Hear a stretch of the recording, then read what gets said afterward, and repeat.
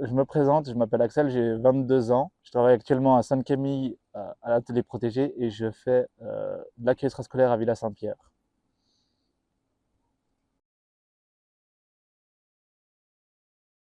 Bah, déjà, premièrement, je suis allé à l'école comme tout le monde, mais en école spécialisée. D'abord, le premier temps, elle s'appelait Saint-Charles, maintenant actuellement, elle s'appelle le Caridas. J'ai fait toute ma scolarité jusqu'à mes 18 ans. À 18 ans, je suis parti de mon école quand j'ai eu mes 18 ans. Après, je suis parti sur les ateliers protégés parce que c'était le Covid, j'ai pas eu vraiment le choix. Et après, j'ai débuté le projet à commencer à sortir des ateliers. C'est-à-dire que je suis allé recruter des gens dans l'accueil extrascolaire parce que ça me plaisait, puis c'était un peu plus cool. Puis honnêtement, être en économie libre, c'est une autre façon de voir les choses qu'en atelier protégé.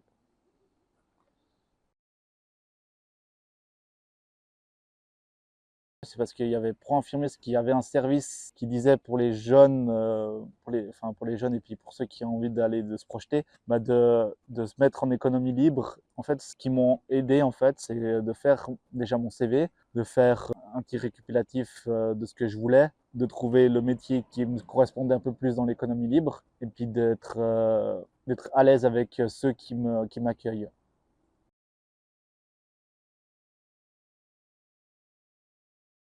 Moi, je considère que c'est une mix des fatigues en fait. C'est une fatigue, tu as la fatigue physique parce que je fais de l'espace vert et puis de la conciergerie, je fais de l'intendance, je fais tous des trucs d'intendance. Donc du coup, c'est à la fin de la journée, tu es fatigué à souhait, tu rêves plus qu'une chose, c'est d'aller au lit. Puis quand tu es dans un accueil extrascolaire, c'est plus les enfants qui ont la charge mentale sur toi et c'est plus le cerveau qui bosse que ton corps. Puis après, c'est une autre fatigue le soir quand tu rentres chez toi. Tu es plus tranquille, tu penses moins à la fatigue physique en fait. Je pense qu'une chose, c'est à réparer ton mental en fait.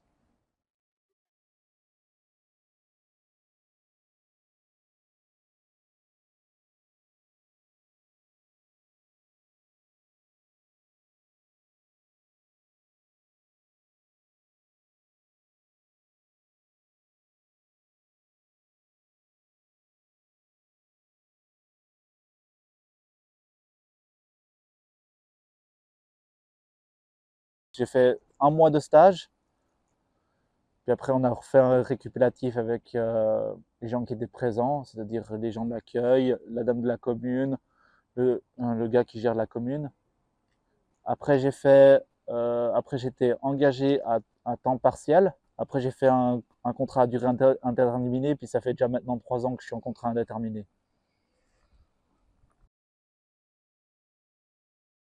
Ce qui m'a aidé, c'est déjà que l'équipe, ils m'ont beaucoup rassuré. Bah, la principale difficulté, je dirais, c'était de faire une liste des tâches, me donner un billet au début de la journée. Alors voilà, faut mettre les assiettes, faut compter les enfants, faut faire ci, faut faire ça. Puis après après-midi, tu vas faire des courses ou ça va dépendre un peu de ce qu'on te donne. Je travaille à 80%, donc je travaille tous les jours de la semaine sauf le vendredi. Des fois, quand il y a les jours fériés qui arrivent, bah, des fois j'en ai 5 jours de week-end. Ça, c'est le meilleur truc, ça.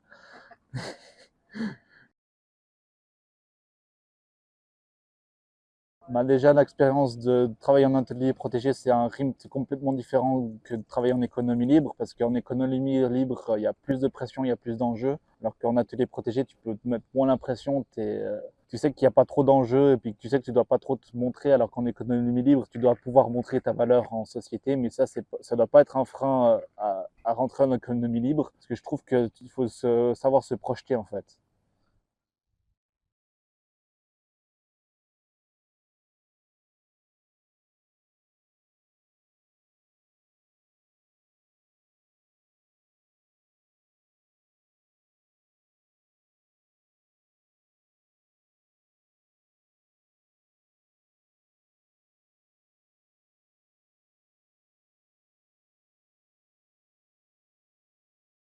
J'ai gagné plein de compétences que je savais même pas que je les avais. Et puis honnêtement, c'est ça le plus beau dans une expérience, quoi. C'est de voir à quel point tu es idéal dans ton environnement, en fait.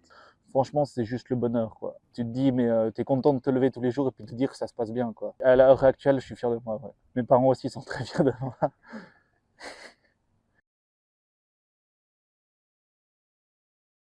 Mon projet à l'heure actuellement, c'est de sortir complètement des ateliers et de vouloir trouver un job dans le physique et puis tout aussi fatigant. Puis après, derrière, j'ai mon job mental. Donc du coup, c'est mon objectif pour cette année en espérant qu'il va se réaliser. Mais j'ai foi en moi, puis honnêtement, le plus important, c'est de croire en ses capacités et de ne pas se sous-estimer. Même s'il y a des rejets en face, il ne faut pas se sous-estimer. Ma foi, c'est comme ça, c'est la vie, on te rejette, mais faut pas s'arrêter à une mauvaise expérience, il faut continuer à se projeter loin, quoi.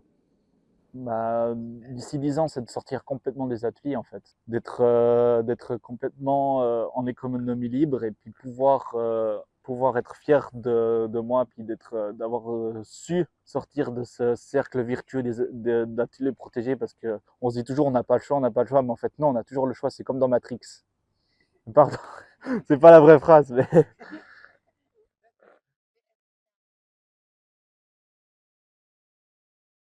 que je devrais conseiller, bah, c'est déjà d'aller vers pro-infirmiste déjà, voir ce fameux programme que moi j'ai testé et puis qui a très bien marché pour moi. Et puis d'aller étape par étape, pas se mettre la pression et puis même si vous allez faire un job que vous savez que ça va être la pression, mais en fait c'est normal, on se met tous la pression.